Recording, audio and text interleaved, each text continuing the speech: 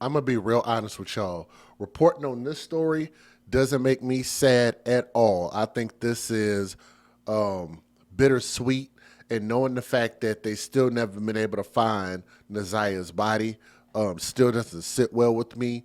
But let me give you guys an update on this particular story. So this is completely the end of this saga, unless they're able to charge the aunts or investigate them, which I really wish they would have.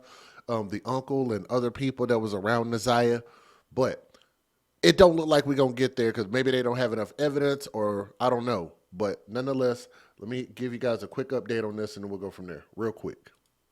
Some viewers may find the following content offensive and controversial. The information in this video comes from multiple sources, including court records, official police charges, new website articles, and interviews. This video commentary also contains my personal opinions about the facts of this story.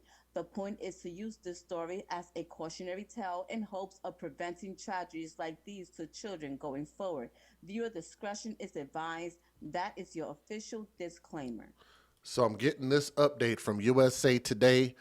So thank you for the article. So just so you guys know, the individual that you guys see on my screen is a man that is a pedophile by definition. I believe he's also a hemophile, but definitely a pedophile. And he was convicted in court. This has been a long, long saga that we thought had already finished concluding. He had already been sentenced to prison, and now they're actually thinking that he might have ended his own life. So that's a report that's out there. I don't know how true that is until there's a final autopsy report, but nonetheless, as of right now, they believe there are people out there and sources believe that he might have taken his own life while in jail or prison, whatever it is. Anyway, just 2 weeks after he was sentenced to decades in prison, a man convicted of killing 13-year-old Naziah Harris, a Detroit girl who was found dead on March the 26th.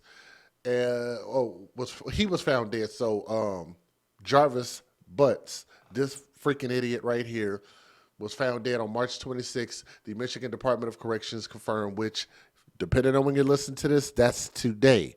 That is this morning, from what I understand. Jarvis Butts, who was 43 years old, pled guilty on February the 12th, last month, to second-degree murder in the death of Naziah Harris. He was serving a 35 to 60-year prison sentence in the case when he was found dead. MDOC spokesperson Jenny Real told the news in an email. He was in a cell at the Charles E. Eagler Reception and Guidance Center in Jackson, Michigan. The facility is about 75 miles west of Detroit and about 35 miles south of Lansing, the state capital. Real did not immediately confirm who found Butt's body or his suspected cause of death. So again, I saw it from a pretty reputable news website that they're saying that he might have taken his own life, just so you guys know.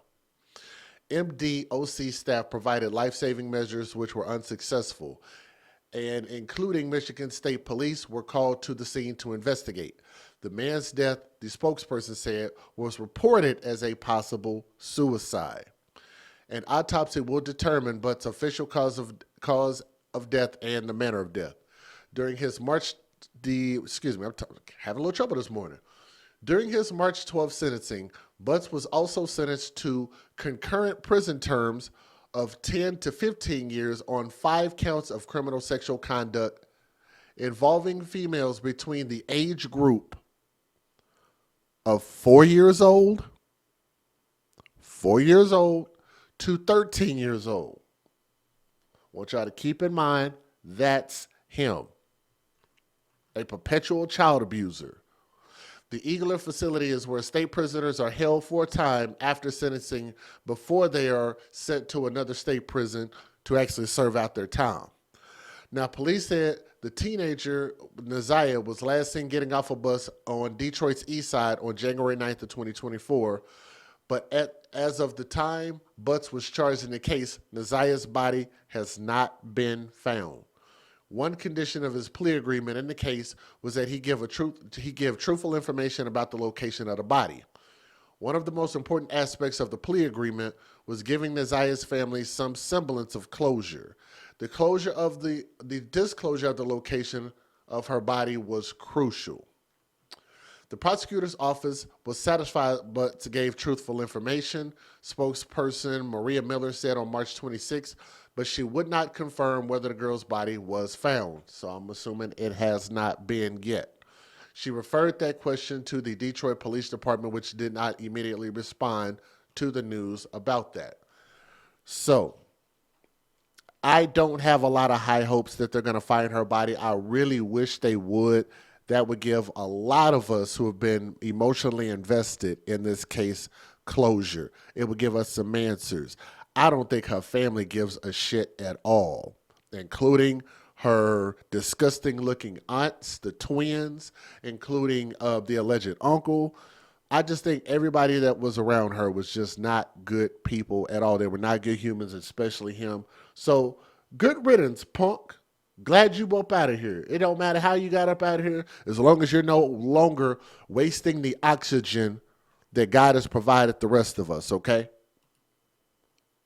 Federal law allows citizens to reproduce, distribute, or exhibit portions of copyrighted motion pictures, videotapes, or video discs under certain circumstances without the authorization of the copyright holder. This is called fair use.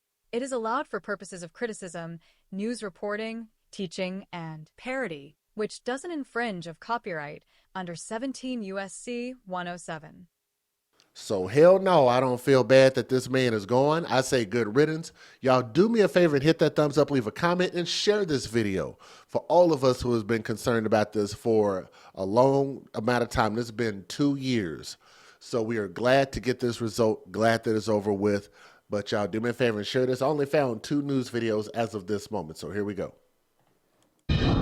We've got some breaking news to report. Convicted killer Jarvis Butts found dead in prison. Butts pled guilty to killing Naziah Harris. He received a 35 to 60-year prison sentence and for sexually assaulting multiple girls. His cause of death was not revealed. We have multiple calls into authorities, and we'll have much more on this story throughout the day. Starts with breaking news. Our breaking story today, the man convicted of murdering 13-year-old Naziah Harris found dead in his cell. Good afternoon, I'm Allie Hoxie. The Michigan Department of Corrections confirms Jarvis Butts was found dead inside of a prison intake center in Jackson.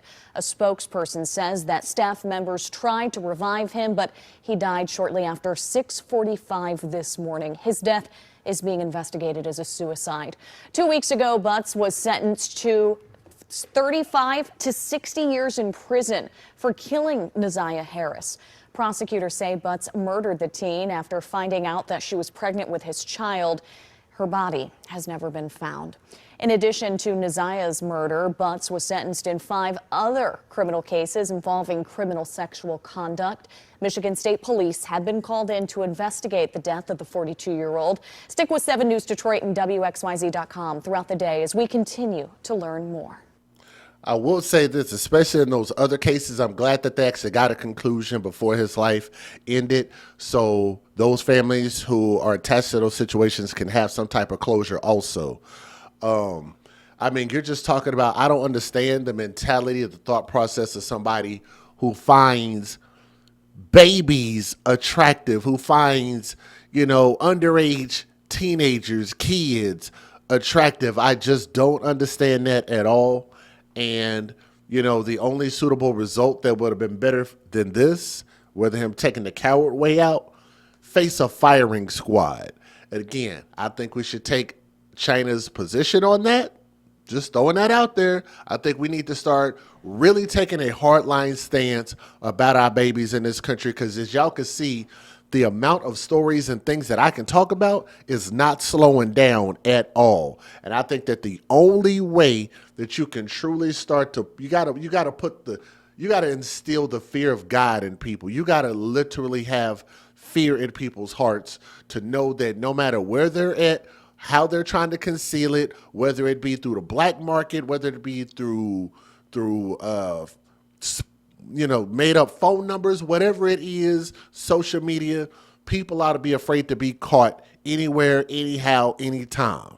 And I think that if they feared that if you mess with babies, that they could lose their life and literally face like a firing squad or the ultimate penalty under law, like the death penalty, depending on what state, I think there needs to be a law across the nation to really take a stance for our babies, you know. So shout out to all the advocates out there. Shout out to all of the other YouTube content creators that are in the true crime community. And I'm talking about those who have been dug in and been dedicated to the story, not just those who come in and, oh, look at this, y'all, and then do this story just for clicks and views, and they get a ton of views, and then they out and they right back talking about celebrity news. I'm talking about those of us who are truly invested in this and wanted to get justice from the moment we found out. All the investigative work, all of the videos, all of the research that went into this. But thank all of you guys for being invested in this story. Be invested in all of our stories, okay? Continue to advocate for children. AFC Podcast, thank you guys also. And thank you to those who know y'all sent me videos and links and pictures and information. Everything that y'all sent. Y'all know who y'all are. I can't shout out everybody because if I shout out one person, I know I'm missing somebody else. Y'all understand. From my heart to yours, thank you guys so much. Share the story, make it go viral, and I will see you guys in a little bit, okay? Thank you. Peace.